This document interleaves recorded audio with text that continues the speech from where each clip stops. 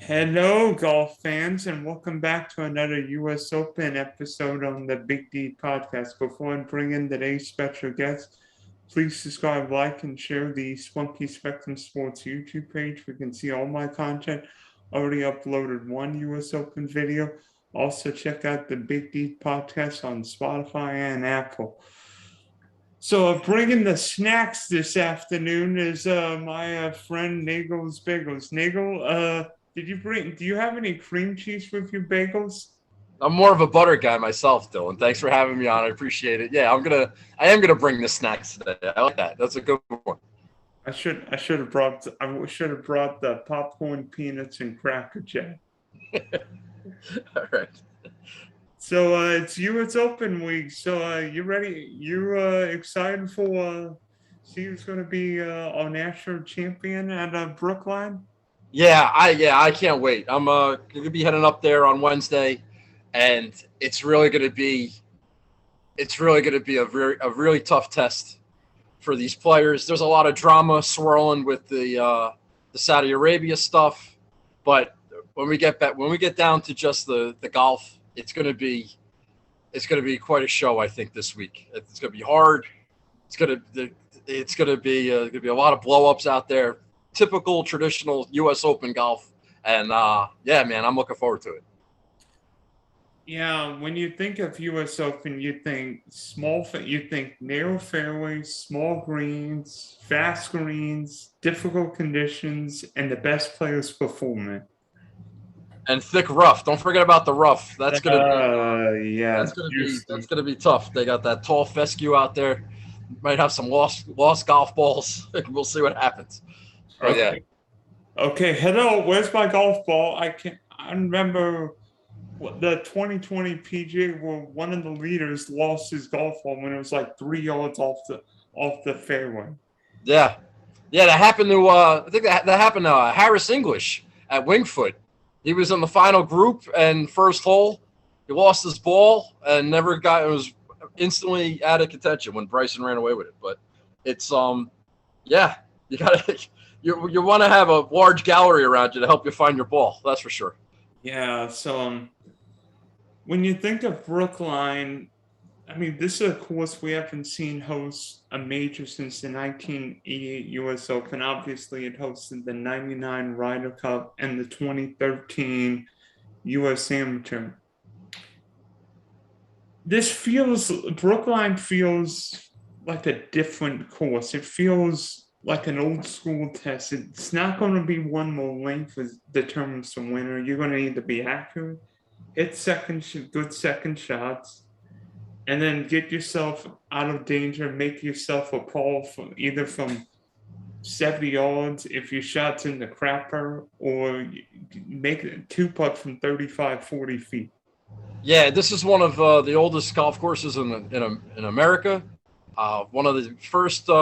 What do they call it? It's one of the five founding golf courses of the USGA, and yeah, it's undergone some renovations since that Ryder Cup. And I think Matthew Fitzpatrick won the U.S. Amateur that they held there, and it's it's not long. You're definitely gonna have to be accurate. You're gonna have to plod your way around. There's a lot of blind shots. There's a lot of elevation changes, higher elevated tees, elevated greens, and the greens themselves are very small.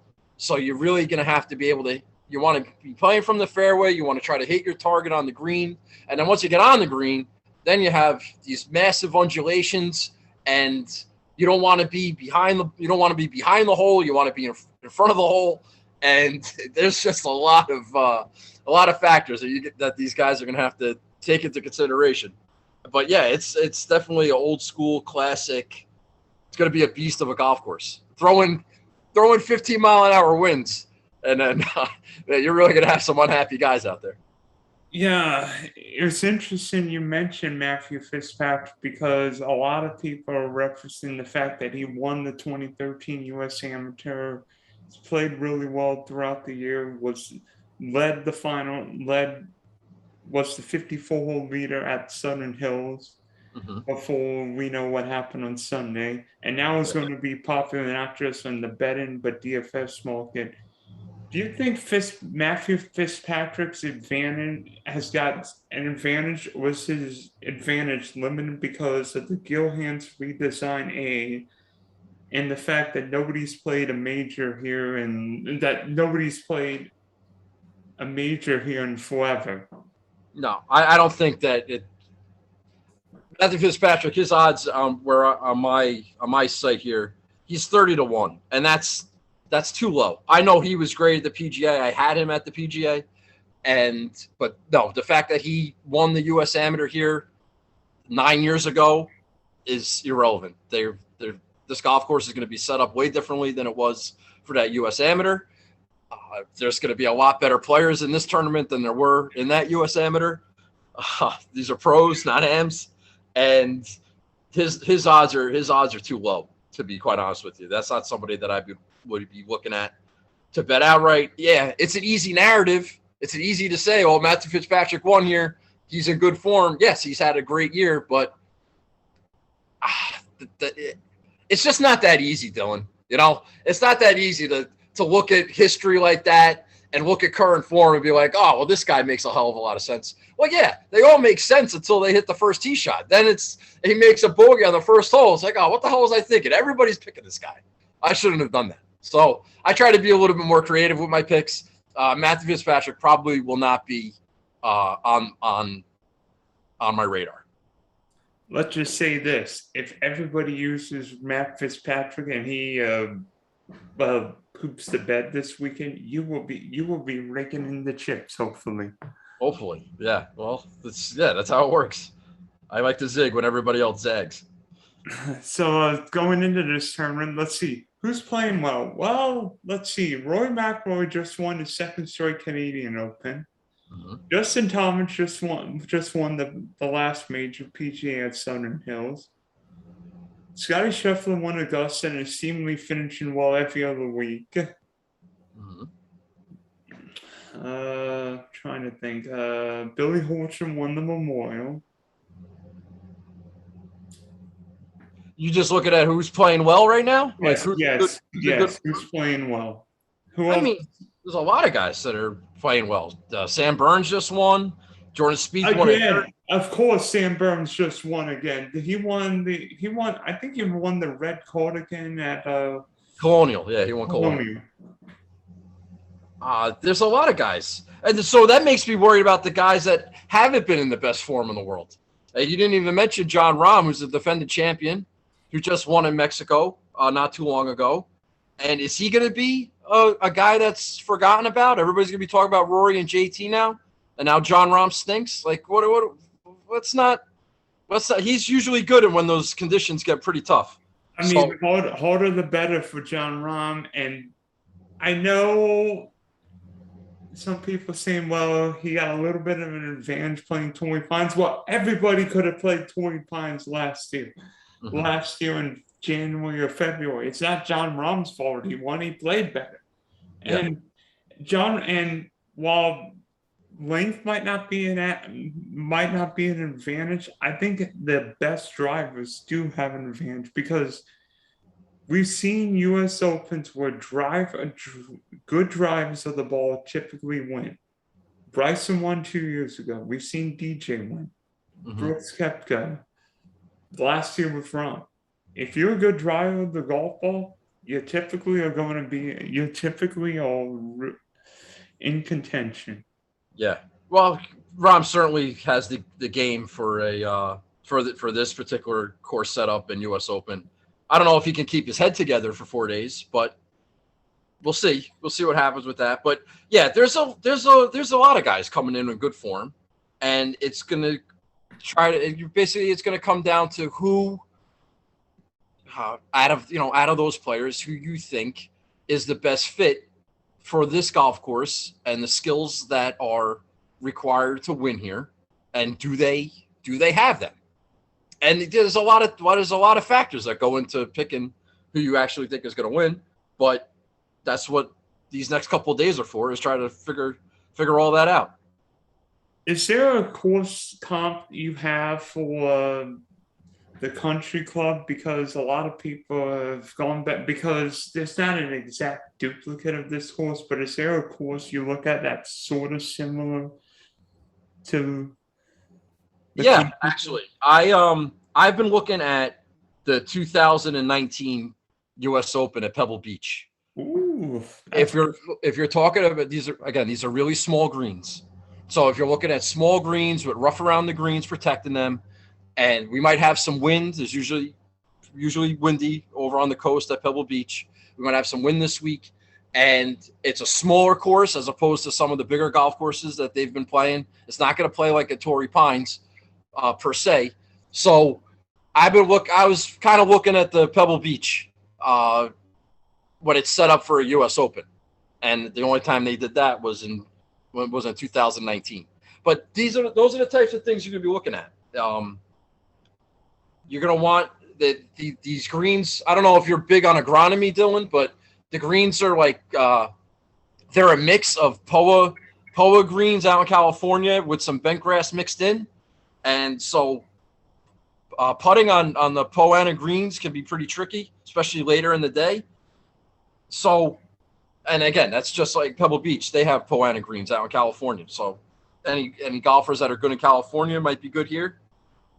So, yeah, I think that I'm looking at certain golf courses that have like rough around the greens, not a lot of short grass, because that's going to affect how you're chipping.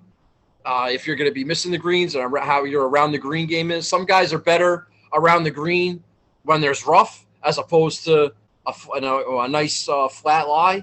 So I'm looking at golf courses like Memorial and Bay Hill, Torrey Pines, all those golf courses, their greens are protected with rough. So, yeah, but to answer your question, I'm sorry I went long here, but I would say I'm kind of looking at the 2019 U.S. Open at Pebble Beach as a comp. What about Marion? Honestly, I don't know too much about it. It's not bad, but it's been a while since they've played there. That's Justin Rose's U.S. Open. What was that, 2005, something like that? 2013. 2013. Okay, so 9 years ago. Yeah, that's a shorter golf course. I can see that. Yeah, I can see that because a U.S. Open held there. Yeah, sure. You can look at Marion. Did you see something at Marion that you liked? I mean, it's a short golf course with a lot of rough, narrow fairways. I mean, it's in one of these older golf courses. Yeah, definitely. Yeah, definitely. What about the Olympic Club? I mean, I saw a lot of that when they had the U.S. Women's Open there. I try not to get myself too bogged down. I'm going to look at that Marion U.S. Open now because of you. Thank you very much. But I try not to get too bogged down with too many comp courses because it gives me it. I get overwhelmed. I get flooded. If I said Olympic Club, and then now I'm going to go back to when Webb Simpson won there. I'm going to look at some of the guys there and see if I can find anything. Listen, just look at U.S. Opens in general. Yes, not all the golf courses are created equal. Torrey Pines and Wingfoot and Pebble Beach, those aren't all exactly the same, but it's still hard, and it still requires precision, and it takes a certain type of player to have the mental fortitude to handle that type of grind. And if they've played well at a U.S. Open before, they could probably play well at a U.S. Open again. It's that type of player. So you could really eliminate your player pool based on guys that have never played well in a U.S. Open before. If they played in the U.S. Open 6-7 times and they've never made a cut or their best finish is 48th, then they're probably not in play this week, regardless of how it sets up or if they won the U.S. Amateur there or if they played well in California or they played well on a comp course. It may not matter. So you got to factor those things in. And if you hit the ball in the short grass, it doesn't matter if it's Pebble Beach, Torrey Pines, Pinehurst. Short grass is better than long grass. Yes, usually. That's Cam Smith. Yes, I would agree.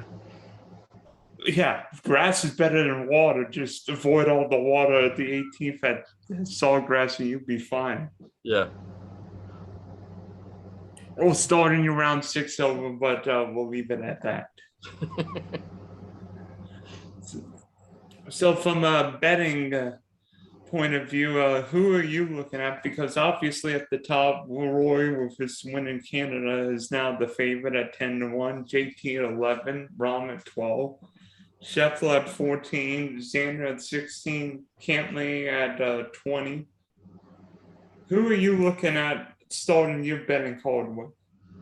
You mentioned some names there, and I haven't put any bets in yet. I'm probably gonna play a couple of long shots after we get off the phone here. But I mentioned Pebble Beach before, right? And I was talking to one of my buddies before, talking about comp courses and everything else. And based on what he was describing, whether it be when we got to the conclusion that Pebble Beach would be a good comp, and everything that he was describing, it sounded like, man, that sounds a lot like Jordan Spieth, in terms of what we're going to have to do to play well here. And he's won a U.S. Open before. That layout, that setup was not exactly the same as what he's going to be looking at now. Now, when they played the U.S. Open at Pebble Beach a couple years ago, Jordan Spieth was kind of like in the wilderness. He wasn't the same player that he is now. He was struggling to find this game. He might have had the driver yips or whatever, but he's back now. And if he can keep it in the fairway, just because of the way the greens are constructed and his around the green prowess and being able to grind things out and maybe make a couple of putts, like everything just sounds, the skill sets required to win here. It's like, man, it's not overly long, this golf course. It's not like he's at a disadvantage to some of the bombers. He can really compete here. And I think if he gets it, he's at 28-1 right now, and he might, listen, this is premature. It's Monday afternoon, but I think that might be where I'm going to go in terms of my pick to win this week. If we're going to talk about guys, in that, at the top of the board. He's not really at the top of the board, but I think I like him more than all the other popular selections up top. I am a little afraid of Jon Rahm, though. I'm not going to lie. I think we're all afraid of Rahm because everybody's all quiet on Rahm because they've seen Scheffler win basically everything the first half of the year, JT win the PGA, and Roy end his winless run in the U.S. with the win. Well, in North America with the win in Canada. Mm-hmm. But I think Jordan Spieth's a good pick too, because you think Spieth's added some more power, so he's not at a huge disadvantage. If Jordan can keep the ball in the short grass and make putts, because have you seen Jordan Spieth putt this year? It's been a little dicey. I mean, I don't know what happened. I think Jordan's driver is okay, but his putter, which usually is his strength, has flown away. Yeah, it can come and go. That is a concern, but there's going to be a lot of missed putts on these greens. I'm telling you, it's different, and I don't know. I'm telling you, sometimes it's just a gut feeling where you hear something and it makes you names pop in your head. It's like, oh yeah, that sounds a lot like Jordan Spieth. It's not going to be too long. Around the green game might be important. It's and he missed the cut at the Masters for the first time. He was a pretty popular pick at the Masters. And Southern Hills, he was popular because he had won at Heritage, and he's a Texas guy, and they were playing that in Oklahoma, and he was all right there, I guess. But I don't know. It's like this would be a nice little comeback story. Like I could just see it. I could just see it. Him winning. So I'm probably gonna bet Spieth at 30. I don't think you're crazy. I don't think you're crazy to have Spieth, but to be honest, I'm right in that same area with a couple guys. I'm amazed Colin Morikawa is 30-1 because he's only won two of the last 9 majors. Yeah. And yeah, Morikawa has not been great since Torrey Pines, but you know what? He gets better when the weather gets hot. Okay. You want to talk about Colin Morikawa? I think Colin Morikawa makes a lot of sense this week because actually going into the year, I thought Morikawa was going to win because I was thinking Brookline was going to play a lot like Harding Park when he won the PGA there in San Francisco, but Morikawa's got to show up in one of these majors this year. He's too dang consistent. Yeah, no, I listen. I love Colin Morikawa. His number is ridiculous. I was talking about it with my brother. Listen, I don't know if you believe in curses or not, but Colin Morikawa is kind of cursed, and if you bet him to win, you're probably going to lose that bet. As much as I love Colin Morikawa, and listen, you're going to need to have a really strong iron game to compete here, and Colin Morikawa is the best iron player in the world. Some of his performances can be chalked up to having bad weather draws and everything else, and he may not be the best, iron player in the wind. That's now JT's title, but from a strictly like, hey man, Colin Morikawa is kind of cursed. You might want to stay away from him this week. That's the only thing I would say about it. Yes, his number is ridiculous. If you got a chance to bet Colin Morikawa 30-1 in the major, you should do it, but it's probably going to lose because he's cursed. So, and by the way, every time Colin Morikawa is in a bunker, it might take him an hour and a half to get out of there. Yeah, and you don't want that. There's a lot of bunkers on this golf course too. Yeah, wait till the open, then he'll find a fair share of bunkers. And then Will Zalatoris. Do you realize Will Zalatoris has been like top 5, top 10 in every major? Yeah. I mean, how has Will Zalatoris not won a single event in his PGA Tour career? Well, because he's got the putting yips. That's why. Because when he's got a nerve-wracking 4-footer or 5-footer, he can't handle it. He's not steady enough. That's the problem. He's more comfortable putting from 20 feet than he is putting from 3 feet. That's why he hasn't been able to close it out. It's hard for the U.S. Open to be your first career win. He won on the Korn Ferry Tour. I'm not going to say he's never won before, but it's that's a big ask. He's really good, and he's a solid ball striker, and he was good at wing foot and everything else. He's got the game. I'm not concerned about that. That was a tough loss in the PGA Championship, so this is maybe a chance for him to try to redeem himself. It's hard to go back to back with that in terms of major performances. But another Will Zalatoris is 30-1. Well, Brooks Koepka is 40-1. Oh, man. Can we talk about Brooksy for a minute? Yeah, we can talk about Brooksy because it is major time, and with Brooks, he's always there. His last 4 U.S. Opens, Dylan, he's finished 4th, 2nd, 1st, and 1st. And the one before that, wait a minute. Oh, he didn't play one. I see. Yeah, he missed wing foot, I believe. That's pretty dang good.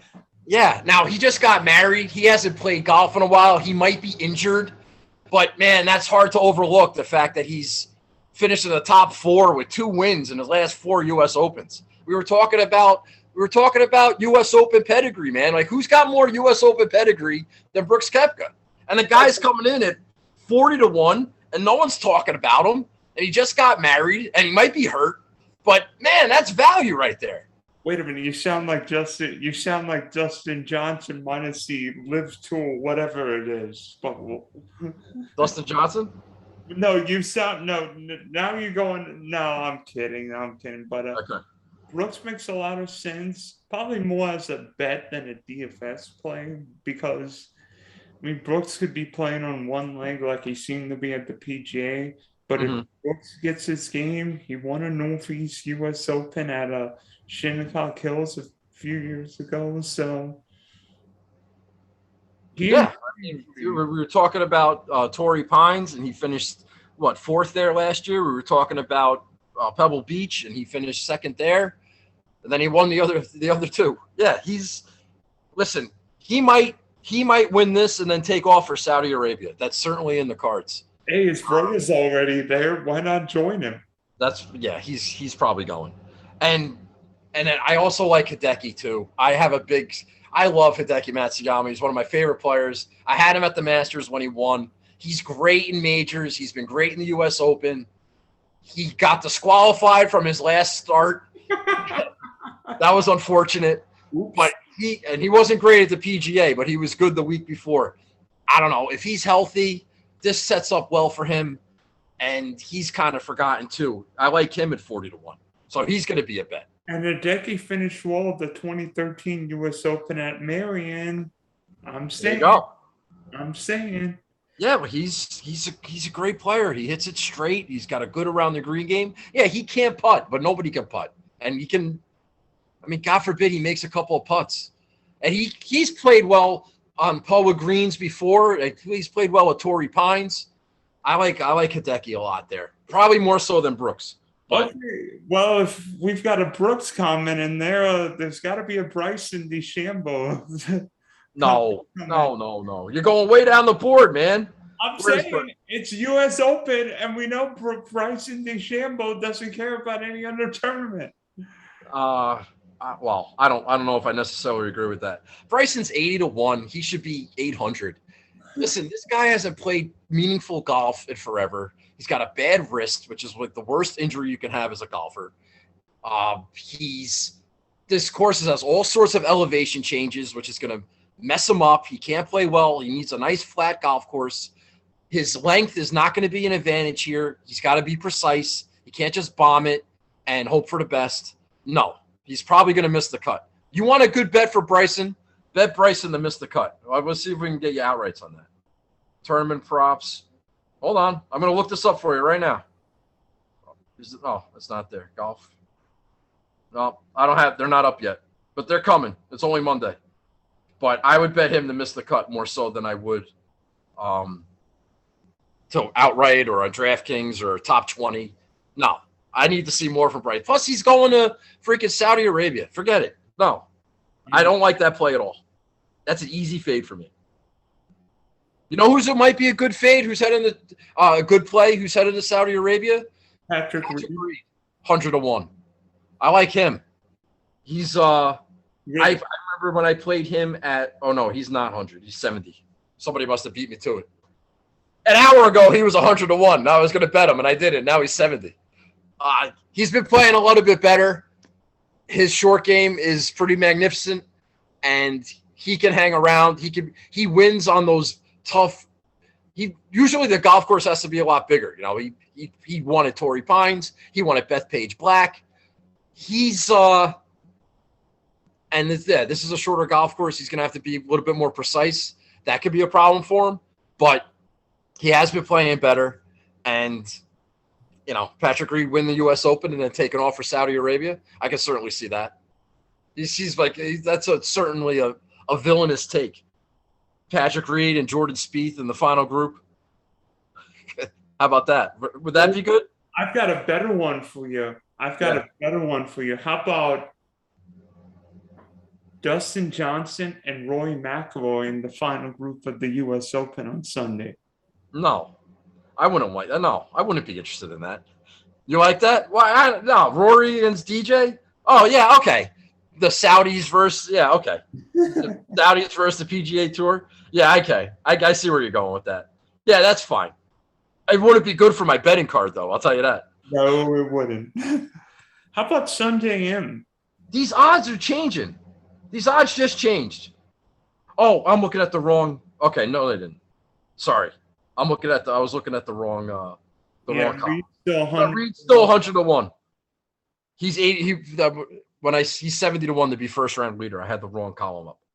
So. What about Sunjay M at 40-1? Also cursed. Oh, no, I don't like that. I don't like that at all. It's. I don't. No, I'm not feeling that. I'll have to look into that a little bit more. You're not the first person to mention Sungjae Im, and I'm not sure about that yet. I gotta be honest with you. Let me look into that one. Can I get back to you on that one? on Yep. Sunday, 40-1. That doesn't seem like good enough. That number seems too high. That number, I think some money came in on Sunday because I looked at him. He was like in the 50s or 60s. I'm like, there's no way he's that low. And now he's 40. Yeah, because people are betting him. He's been good the last couple of weeks.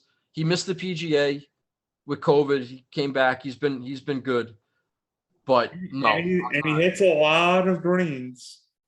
Not going to win a long drive contest, but hits a lot of greens, puts the ball where it needs to be. Yeah, but I'd rather play Hideki at the same number. I wouldn't be. Hideki and Sung J M are both 40-1. I'm going to take Hideki in a major. Yeah, that would be interesting. That might be a friendly bet to make a. So from a DK perspective, who do you think will be the chalkiest player this week? Who do you think will be the chalky guy this week? Any price range? Any price range, doesn't matter. The low, medium, or high. All right, let me take a look here. I think that you know what happens? Like Justin Rose had that great day yesterday. He's $7,100 on DraftKings. He won at Marion, Dylan. You just mentioned Marion. Oh, He's no. a champion there. He's 7,100. He shot a 60 yesterday. And everybody saw that. And because DraftKings pricing comes out early, yeah, this is what happens. Now, everyone's going to play Justin Rose at 7,100. So, yeah, he's going to be a really chalky selection. There's no doubt about it. So, you got Justin Rose at 7,100. How about Finau at 82, who was in the mix? That's too low.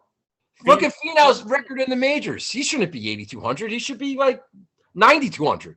So, yeah, Finau's going to be high owned. What has Finau done except Maxwell? He was fourth at Charles Schwab, second at Canadian Open. No, yeah, he's hot as anything right now. And he's got a great record in the majors. And he's 8,200. So, yeah, Finau, Justin Rose. All you got to do for the majors sometimes trying to figure out the chalk is just look at what happened. Because it's all about recency bias. And whatever just happened, like Rory's all of a sudden became the favorite. He wasn't the favorite on Thursday, but he's the favorite now because of what happened in the Canadian Open. But then that's going to give you value on some other guys. Yeah. I do think Rose is interesting, but I'm not sure he's the chalky guy down low. I mean, we'll see what happens. Because I think Davis Riley could be really interesting at 7,300 with how well he's played. Now, true, Davis Riley doesn't have the major championship experience, but we've seen U.S. Opens be either the breakthrough or ending long major droughts recently. So, hey, Will Zalatoris came to Winged Foot, never played. I don't think he even played in a major before that, and he was great. Will Zalatoris played in his first Masters, and he was great. You know. Guys like played in his first PGA and Open and won both of them. Yeah. Some of these guys that are special talents, like a Cameron Young, like a Davis Riley, yeah, it's possible that they could show up to these majors and show up well. They could also get blown off the planet. Like you have no way, you really have no way of predicting of how the pressure or how the expectations change or how they're going to adjust to major type conditions. But Cameron Young was pretty good at the PGA. There's no doubt about it. So yeah, some of these guys are just special talents. It was good for Wake Forest golf that week. Yeah, certainly. By the way, I think Matt Fitzpatrick will be the chalky guy not just because of how well he's played, but because he's got the little bit of course recency. See, he's won at least something there, whether it be the U.S. Amateur or whatever. But I don't know, Dylan. That $8,000 range is pretty loaded. You got Joaquin Niemann down there. You got Cam Young. Larry's 9,000. He's going to be super popular. Yeah. Berger, and then of course, yeah, Sam Burns is 83. Tony Finau's 82. I don't know. I don't think Fitzpatrick is going to out own. I don't think people are going to want Fitzpatrick more so than a Finau, a Burns, maybe a Berger, a Cam Young. I disagree with that. Just because he won the USAM there, 7 years ago? No, it's not. It's not going to work. I don't think that's going to happen. All right. So ultimately, Sunday night, who wins the U.S. Open? I think right now, you're not allowed to hold me to this, but right now, I think I like Jordan Spieth a lot. But again, I reserve the right to change my mind. And on Wednesday, I'm doing my little YouTube show on Wednesday from up in Boston. I will have a more concrete pick and DraftKings team and all sorts of stuff to go over on Wednesday night. Nagels Bagels on the old Twitter and the YouTube. And yeah. Are we done, Dylan? Are we wrapping up here? By the way, I'm not just picking him because he won, because Rory would have been my pick anyway, but this is the year Rory Mcllroy wins another United States Open.